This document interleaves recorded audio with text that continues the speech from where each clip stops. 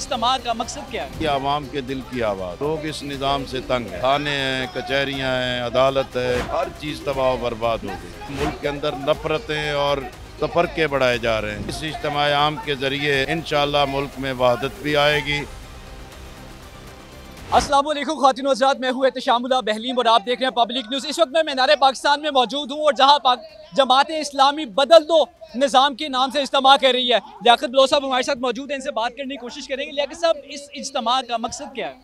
बिस्मिल्लाहिर्रहमानिर्रहीम। देखें, जमात इस्लामी इस मुल्क की एक बहुत पुरानी जमात है, मुल्कगीर जमात है, मुनज़्ज़म जमात है, दीनी और नज़रियाती जमात है, आवाम की खिदमत करने वाली जमात है। कम बेश हर 10 साल के बाद इसका 3 रोज़ा जो प्रोग्राम होता है वो पूरे मुल्क में एक बहुत बड़े तहर्रुक का ज़रिया बनता है। और हाफ़िज़ नईमुर्रहमान साहब की क़यादत में इस इज्तिमा आम का उन्वान बदल दो निज़ाम रखा है, इसलिए कि ये आवाम के दिल की आवाज़ है। लोग इस निज़ाम से तंग हैं। थाने हैं, कचहरियाँ हैं, अदालत है, इंसाफ है, मईशत है, हर चीज़ तबाह बर्बाद हो गई है।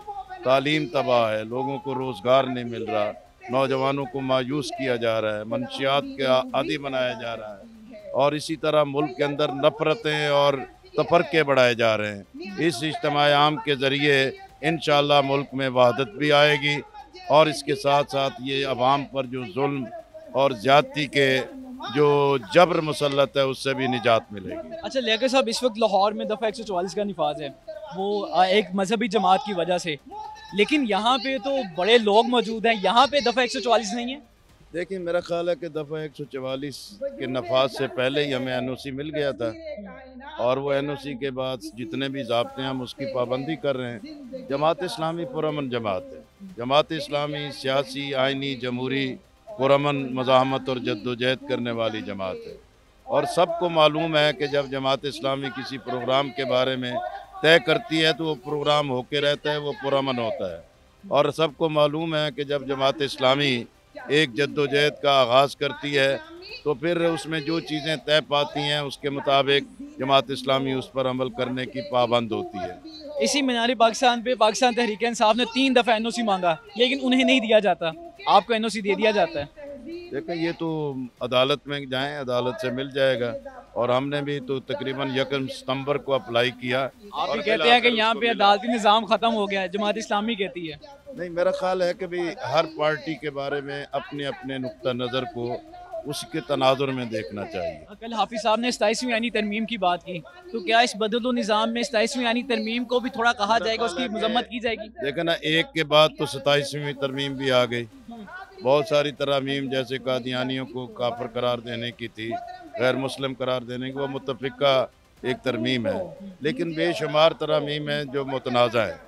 लेकिन जब 2/3 मेजॉरिटी आइन के मुताबिक उसको तस्लीम कर लेती है तो ज़ाहिर है वो तो एक सब तस्लीम हो जाती हैं।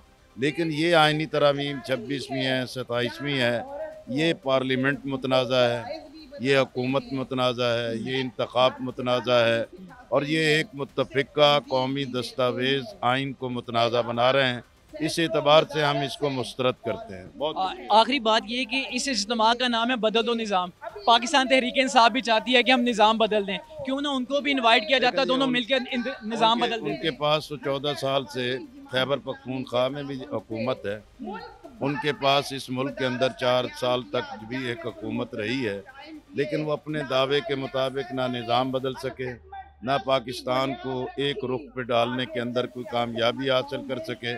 उनकी जितनी भी पॉपुलैरिटी थी, वो सारी पॉपुलैरिटी के बावजूद वो मुल्क के निज़ाम को ठीक करने के ट्रैक पर नहीं आ सके और ये बात साबित हो गई है कि पॉपुलैरिटी जो है, अगर वो मुनज़्ज़म नहीं है और उसके अंदर कोई बासलाहियत और अहलियत वाली टीम मौजूद नहीं है तो वो दावे के दावे रहते हैं, धरे के धरे रहते हैं। Thank you.